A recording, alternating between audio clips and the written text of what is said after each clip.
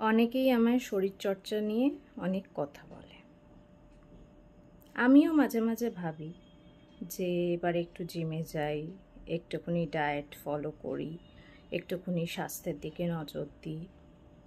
কিন্তু যখনই আমি যাওয়ার কথা ভাবি, তো আজকে যাচ্ছি, কালকে যাচ্ছি, পরশু যাচ্ছি, তখনই আইদার আমার কাছে টাকা পয়সা থাকে না, না হলে আমার প্রচণ্ড খাবারের ইচ্ছা বেড়ে যায়।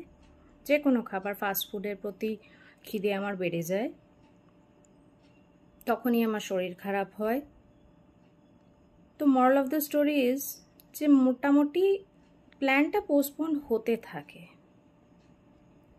যখন একটু ভাবি যে মাঝে মাঝে একটু মেডিটেশন করব, মেডিটেশন করতে করতে আমি কোন খেয়ালে চলে যাই আমি নিজেও জানি না, কিন্তু ওটা মেডিটেশন হয় না। আমি অন্য কারোর স্বপ্ন দেখছি, আমি কিছু নিয়ে ভাবতে শুরু করে দিই, আমি অন্য খেয়ালে চলে যাই।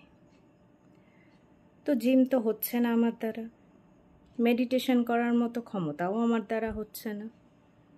যখনই করতে যাই হয় ঘুমিয়ে পড়ি, নাহলে চিন্তা ভাবনা করতে করতেই জীবন কেটে যায়।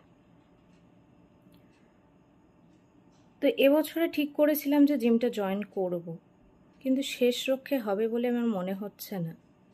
কারণ যে লেভেলের খাওয়া দাওয়ার খেয়ে যাচ্ছি, এরপর কবে জয়েন করতে পারবো আমি ঠিক জানি না। তো আমার মতো তোমরা কজন আছো আমাকে একটু বলো, তাহলে একটু মনে জোর পাই আর কি। সবাই ভালো থেকো, সুস্থ থাকো।